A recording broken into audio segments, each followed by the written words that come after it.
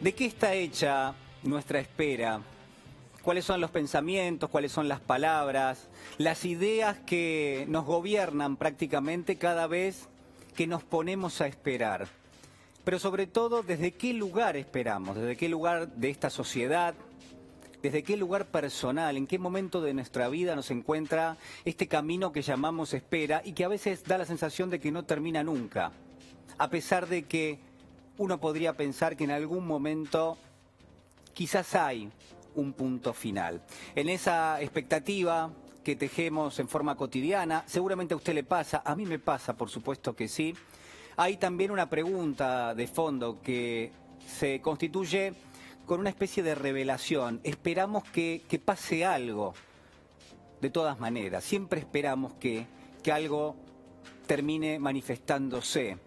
Y la pregunta que subyace a todo eso seguramente va a ser una de las principales esta noche. Por eso lo traigo, porque esa pregunta es importantísima en este momento. Mire, alguien que ha pensado en estos términos muy especiales, muy particulares, casi le diría de una forma excepcional y única, ha sido un genial escritor argentino, muy olvidado, que se llamó Daniel Moyano. Daniel Moyano fue argentino, había nacido, por supuesto, en nuestra tierra, vivió en Córdoba, vivió en La Rioja. En algún momento, durante la dictadura cívico-militar, la última, fue capturado, fue secuestrado y después, en algún punto, se le dio la posibilidad de exiliarse y por supuesto que lo hizo. Corría peligro su vida y la de su familia. Se exilió en España, allí conoció a García Márquez, también se vio con Cortázar en París,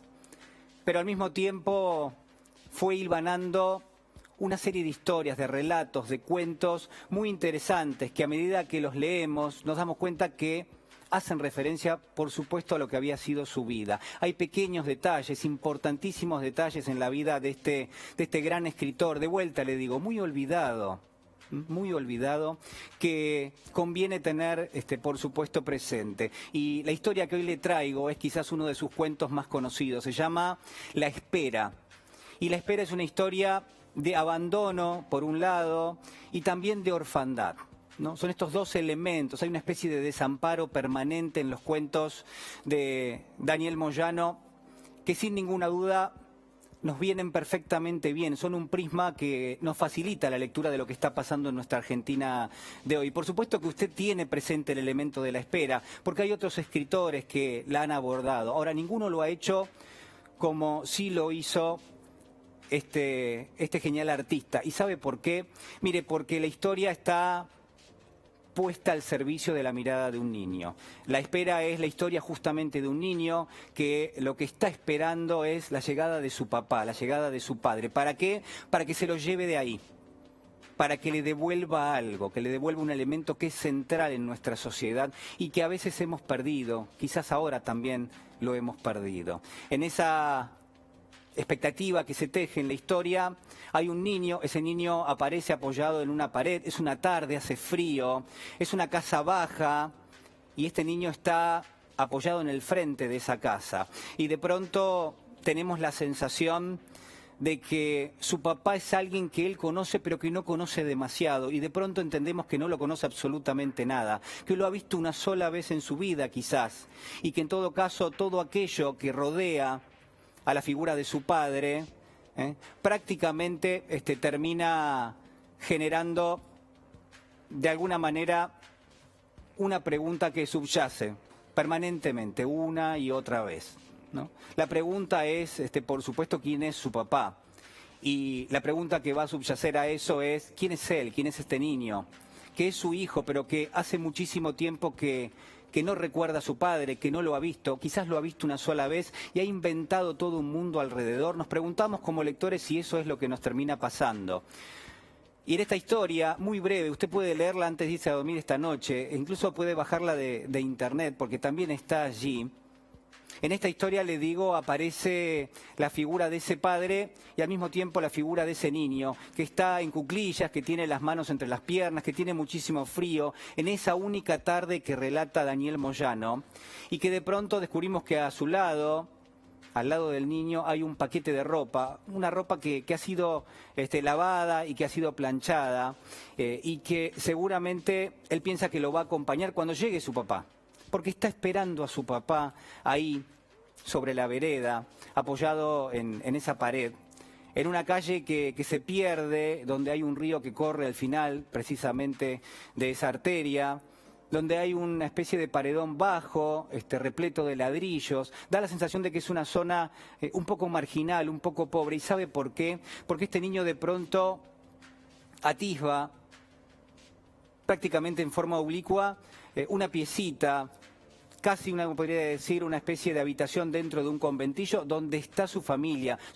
adoptiva. Empezamos a entender que quienes lo rodean a este chiquito, me parece que no lo quieren tanto, me parece que hablan a sus espaldas, que esperan que salga a la calle para hablar algo del papá, para decir que es un borracho, para decir que quizás ha cometido algún tipo de crimen, que en algún momento por ahí va a venir, pero que seguramente no va a ser durante esa jornada.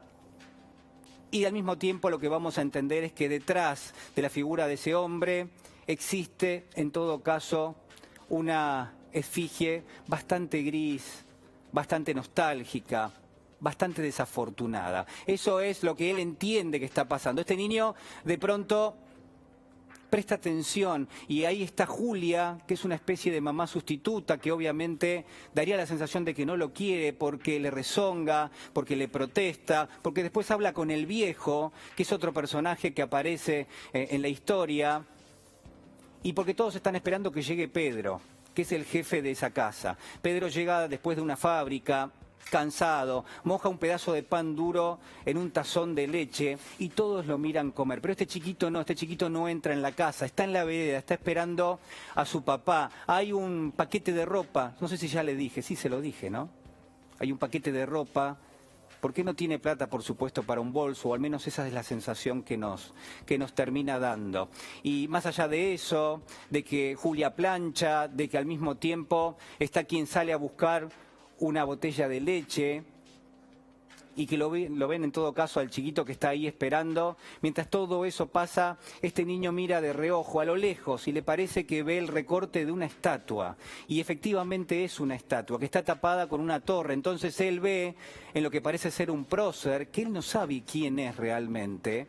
Lo que ve en esa estatua es un jinete, un recorte del jinete, una parte de ese jinete y una parte de ese caballo. Y nunca prácticamente pudo verlo entero, porque esa estatua está en el centro, está muy lejos de esa periferia en la cual vive él. Pero quizás a lo lejos la ve o la imagina y ve solamente ese recorte y lo que está impidiéndole verla del todo es justamente esa especie de torre. Esa torre que lo cubre todo, que le da sombra en el lugar donde él vive. Y en todo caso habrá que preguntarse a partir de ese momento de qué está hecha la espera de este niño. Porque está claro que está ahí porque quiere, pero al mismo tiempo porque no tiene otra posibilidad. Mira, hay tantos elementos en esta historia. A medida que leemos, empezamos a hacernos un mundo de lo que le pasa a este chiquito. Empezamos a darnos cuenta de que quizás el papá efectivamente es una persona gris, es una persona a la que no le importa absolutamente nada, pero tenemos la duda.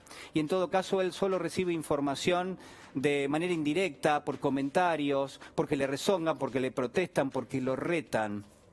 Pero él persiste en esa misma situación. Nos vamos metiendo en esa lectura y de pronto también entendemos otra cosa que es importantísima, que es que él es extranjero en esa familia, que es una especie de paria en esa misma familia adoptiva, que no lo quieren, que les molesta, que no le prestan atención, que les molesta todo, incluso la historia, la poca historia que tiene este chiquito. E incluso se la disputan, se la pelean, se la embarran, se la empantanan y se la sacan. A todos nos han sacado un poquito de historia alguna vez, ¿no? Y qué incómodo es, qué difícil es, qué árido es poder recuperarla. Y entonces en este contexto yo podría decirle que hay tanto para entender de lo que le pasa a este chiquito, que en definitiva uno podría pensar que la recorre un elemento que es central. Y lo que quiero esta noche preguntarle es lo mismo que le planteaba más temprano. ¿De qué está hecha nuestra espera? ¿De qué está hecha la espera de este niño que está esperando a su papá, que espera que su papá se lo lleve?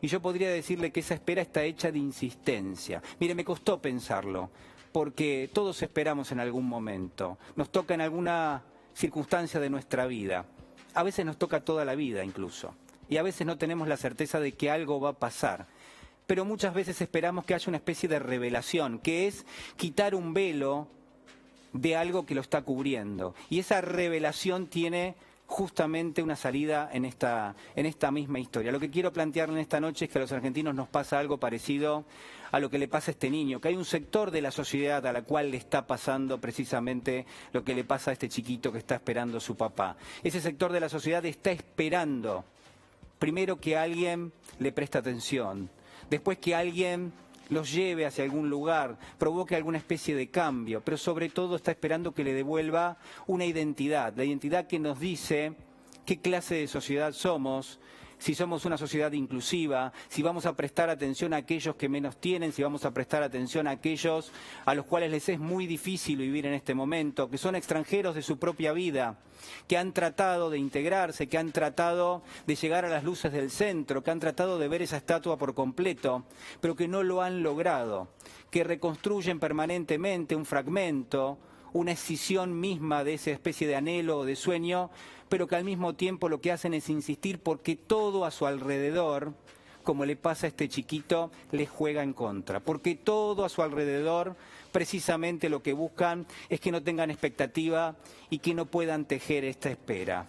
En esta Argentina, que sigue siendo más desigual y que sigue siendo menos inclusiva, donde hay mayores niveles de pobreza y de indigencia, es necesario que esa espera se reconstruya y es necesario que todos tengamos en algún momento la posibilidad de soñar con una Argentina mejor.